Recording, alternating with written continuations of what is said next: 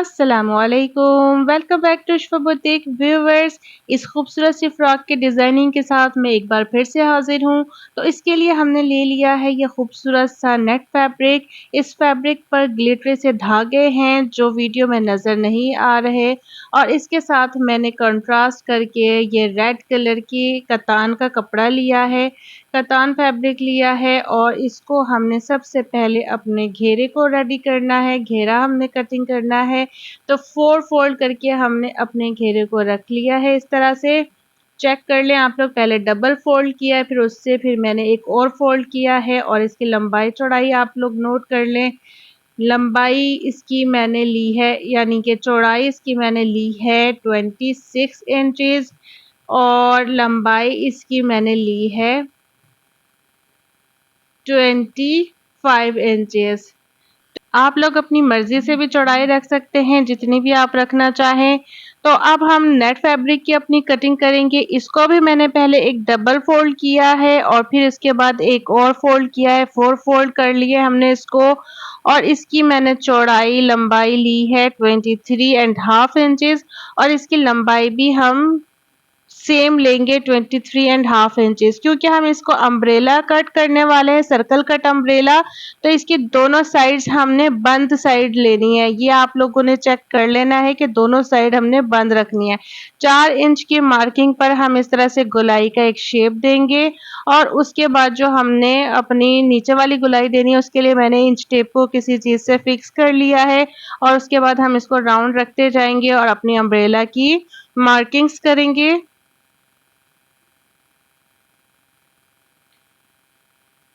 Umbrella cut की हमारी markings हो गई हैं। ये सर्कल कट अम्ब्रेला है, दोनों साइड से जॉइंट होता है, इसको साइडों से जॉइंट नहीं करना पड़ता।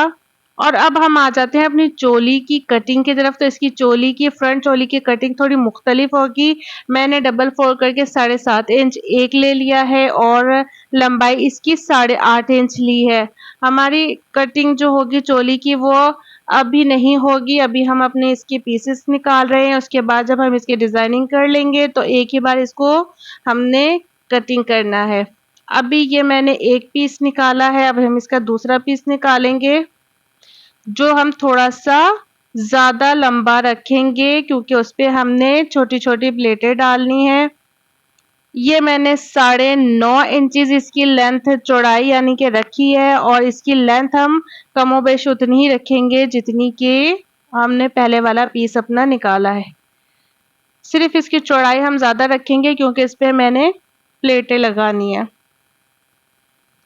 ये हमारी चोली का ऊपर वाला हिस्सा होगा जिस पे हम प्लेट्स बनाएंगे, और मैं पूरी चोली पे प्लेट्स नहीं डालना चाहती थी, इसलिए मैंने नीचे वाला फैब्रिक उतना ही लिया जितनी की चोली होनी है, और ऊपर वाले फैब्रिक को हमने अलग ले लिया। अब ये नेट फैब्रिक जो हमने डिज़ाइनिंग का फ्रंट पे करना है वो ले लिया है। जो हमने नीचे वाला फैब्रिक कट किया था सेम उतना ही मैंने रखा है इसको,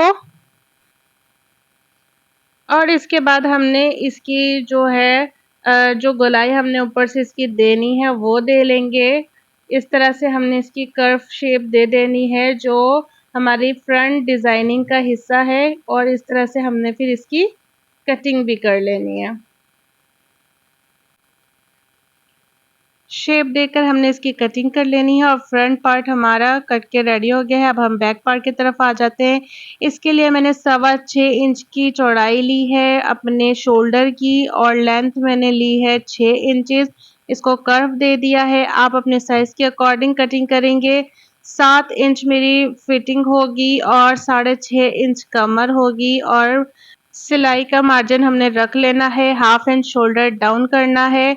गला मैंने 2 इंच चौड़ाई रखी है और 2 इंच ही लंबाई रखी है, कर्व दे दिया है इसको। अब हम इसको सिंपली कट कर लेंगे, तो बैक चोली हमारी रेडी है। इसकी लेंथ मैंने 12 इंच रखी है, और ये इसके ऊपर भी हमने नेट फैब्रिक हाफ लगाना है। तो सेम इसी तरह से जितना हमारा जो बैक है उसकी अकॉर्डिंग ही हमने ले लेना है, और इसके साथ ही मैंने इसका लाइनिंग का कपड़ा भी कट कर लिया है, और एक जिप हमने ले लेनी है जो इसके साथ हम अटैच करेंगे। अब आ जाते हैं हम सिलाई की तरफ।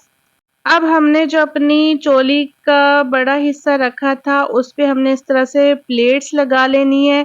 मैंने अंदाज़े से ही प्लेट्स लगा ली है तकरीबन 1-1 इंच के फासले से। आप लोगों को अगर मुश्किल हो तो लाइन्स लगा लें, लाइन्स ड्रॉ कर लें और फिर उसी लाइन्स के अकॉर्डिंग आप लोग स्टिच कर लें।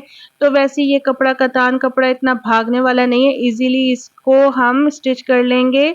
तो इसलिए मैंने ये स्टिच कर लिया है और इसके बाद हम आ जाते हैं जो इसका निचला पार्ट था चोली का उसको जॉइन कर लेते हैं।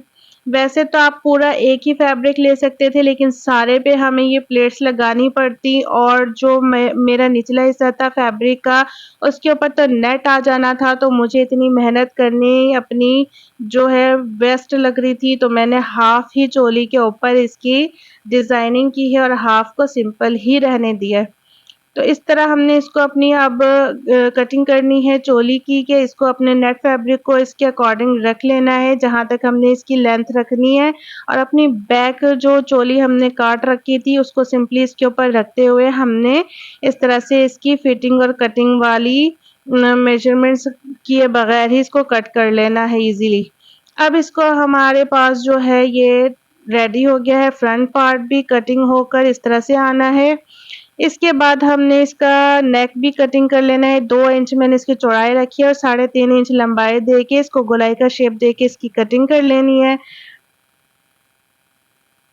अब इसके बाद हमने क्या करना है कि अपना जो नेट फैब्रिक है इसको इसके ऊपर हमने असेंबल करना है और उसके बाद पहले हमने इसकी स्टिचिंग कर लेनी है, इसको इसके साथ जॉइन कर लेना है। नेट फैब्रिक है ये इजीली बिल्कुल हो गया था स्टिच और इसको आपने बिल्कुल भी खींचना नहीं है, जो खींचेंगे तो इसकी शेप खराब हो जाएगी। इजीली इसको आराम-आराम से रख के स्टिच करना है। बैक पे भी जो हमारा नेट नेट अटैच करना है वो भी हम इस तरह से कर लेंगे, बिल्कुल भी इस फैब्रिक को हमने खींचना नहीं है वरना ये अपनी शेप खराब कर देगा। तो फ्रंट और बैक पे हमने नेट फैब्रिक अटैच कर लिया है। अब हमने सिंपली इसके ऊपर जो लाइनिंग का कपड़ा रखना है, इसका गला बनाना है, इसके शोल्डर्स जॉइन करने हैं। मेरी पिछली भी वीडियोस में इनविजिबल स्टिचिंग फ्रॉक्स मौजूद है, अगर आप लोगों ने वो नहीं देखी तो वो भी ज़रूर देखें और मेरी वीडियो पसंद आए तो लाइक, शेयर और सब्सक्राइब ज़रूर किया करें। और इस तरह से हमने इसको कुटके लगा लेने हैं, शोल्डर्स भी साथ ही स्टिच कर लेंगे ताकि ये भी हमारा काम जल्दी से हो जाए। और इस तरह से कुटके लगा के हमने इसको पलट के प्रेस कर लेना है। बैक पार्ट की तरफ आ जाएँगे, उसको सेंटर से हमने कट कर लेना है और इसकी जो हमारी लाइनिंग का कपड़ा है उसको भी हमने सेंटर से कट कर लेना है। अब हमने इसमें ज़िप लगानी है तो उसके लिए मैंने बूट इसका चेंज कर लिया हुआ है। वन साइडेड बूट हमने इसका लगाना है और इस तरह से हमने इसको जो इसकी साइड ऊपर आनी है उसको पलट के इधर रख लेना है। इस चीज़ का आप लोगों ने ख़ास ख़्याल रखना है कि हमारी साइड्स कौन-सी आएँगी वही हमने ऊपर इसके रखना है। फिर मैं आपको इसको करीब से दिखाती हूँ कि किस तरह से स्टिच करना है। इसके पैर को जो हमने लगाया है इस तरह से रखना है और इसको थोड़ा-थोड़ा सा हमने ज़िप को हाथों की मदद से थोड़ा-थोड़ा सा खोलना है और इसके बिल्कुल एजेस के साथ हमने स्टिचिंग करनी है।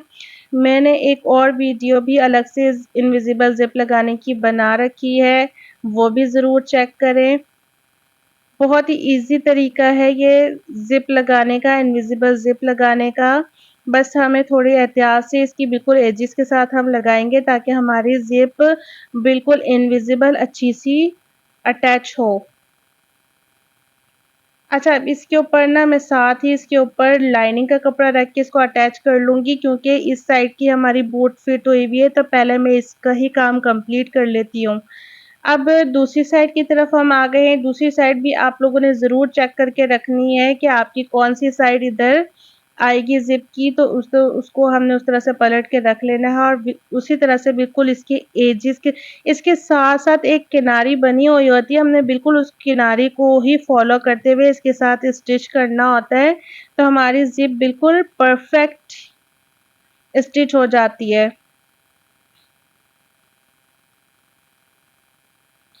इसके साथ भी हम वही करेंगे कि इसके साथ भी लाइनिंग हम फ़ौरन ही अटैच कर लेंगे क्योंकि इसकी लाइनिंग भी हमारे इसी बूट के साथ ही अटैच होगी और बहुत ईज़िली अटैच हो जाती है, इसकी लाइनिंग भी कोई प्रॉब्लम नहीं आती। अब ये हमारी जो ज़िप है वो अटैच हो चुकी है।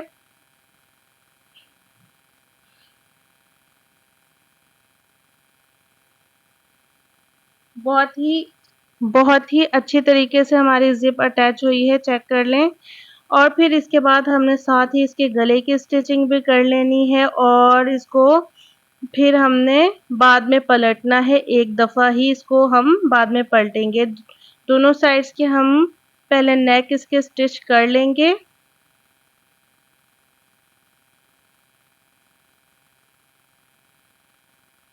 वीडियो मैंने स्लो ही रखी है ताकि आप लोगों को अच्छी तरह से समझ आ जाए कि क्या हो रहा है इस वीडियो में।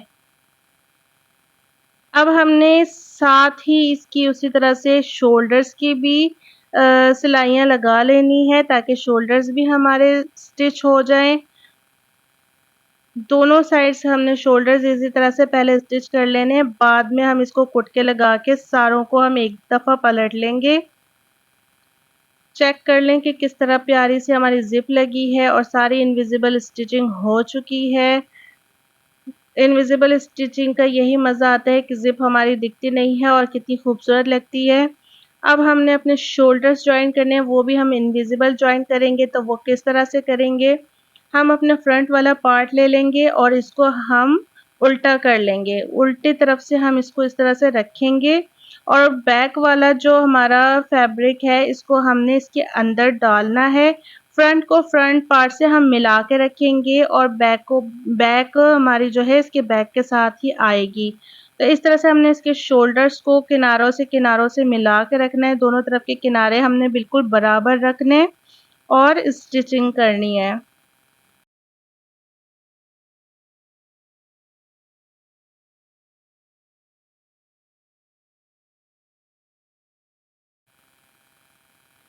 दूसरी साइड को भी हमने इसी तरह से इसके अंदर डालना है, दोनों किनारियों को आपस में मिलाना है और स्टिच कर लेना है।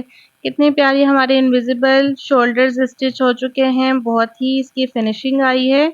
अब हमने अपनी साइड की जो फिटिंग वाली सिलाइयाँ वो भी इनविजिबल कैसे करनी है वो चेक कर लें। हमने सारे अपने जॉइंट्स को मिलाना है और एक कपड़ा हमने पलट के पीछे ले जाना है और उसको फिर हमने इस तरह से रख के स्टिच करना है, तो हमारी जो साइड की सिलाइयाँ हैं वो भी इनविजिबल स्टिचिंग हो जाएगी।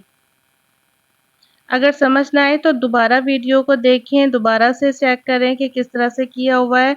चोली हमारी रेडी हो चुकी है, अब हम नीचे के घेरे की तरफ आ जाते हैं और हमने सबसे पहले अपना ये कतान कपड़े वाला फैब्रिक है इसको स्टिच करना है। तो इसकी साइडें सबसे पहले हमने जॉइन कर लेनी है, दोनों तरफ की हमने साइड्स को स्टिच कर लेना है और उसके बाद हमने इसके नीचे के घेरे को भी फ़ोल्ड कर लेना है। ये आपकी मर्ज़ी है कि आप फ़ोल्ड करें या पीको करवा लें, मैंने फ़ोल्ड करना ही मुनासिब समझा, तो इसको सिंपली फ़ोल्ड कर लिया है। उसके बाद ऊपर वाली साइड पर इसको आपने गैदरिंग कर लेनी है, अपनी जो वेस्ट है उसके अकॉर्डिंग, फ्रॉक की हमारी वेस्ट के अकॉर्डिंग हमने इसकी गैदरिंग कर लेनी है और उसके बाद हम आ जाते हैं अपने नेट फैब्रिक वाले घेरे की तरफ। तो इसकी दोनों साइडें जो होती हैं वो क्लोज़्ड ही होते हैं, सर्कल कट है तो इसलिए दोनों साइड्स इसकी क्लोज़्ड हैं, तो हमने सिर्फ़ इसके नीचे वाले घेरे को स्टिच करना है। अगर मैं इसकी पीको करवाती तो इसकी जो है शेप ख़राब हो जानी थी। पीको वाले खींच-खींच के पीको करते हैं तो नेट फैब्रिक की जो शेप है वो ख़राब हो जाती है। तो मैंने सिंपली इसको स्टिच कर लिया है और उसके बाद हमने इसका सेंटर लेके इसको जो है अपने चोली में डाल लेना है और इस तरह से हमने इसको स्टिच कर लेना है। चोली हमने इसके अंदर रख दी है और एक कपड़ा हमने इसके ऊपर रखते हुए इस तरह से स्टिच किया है और इसकी हम जॉइनिंग कर देंगे। फिर उसके बाद हम इसको जो कतान वाला हमारा फैब्रिक है रेड, इसको भी हमने इसी तरह से रख के स्टिच कर लेना है। खूबसूरत सी हमारी प्यारी सी फ्रॉक तैयार हो गई है, बहुत ही ब्यूटीफुल लग रही है। व्यूअर्स, जितनी ये वीडियो में नहीं नज़र आती उससे कहीं ज़्यादा ये हसीन लग रही है। बहुत ही खूबसूरत ये फ्रॉक रेडी हुई है। ये बच्चियाँ मायों मेहंदी के फंक्शन में इजीली वेयर कर सकती हैं। व्यूअर्स, वीडियो पसंद आए तो लाइक और सब्सक्राइब ज़रूर करें। अपना बहुत ज़्यादा ख्याल रखें। अल्लाह हाफ़िज़।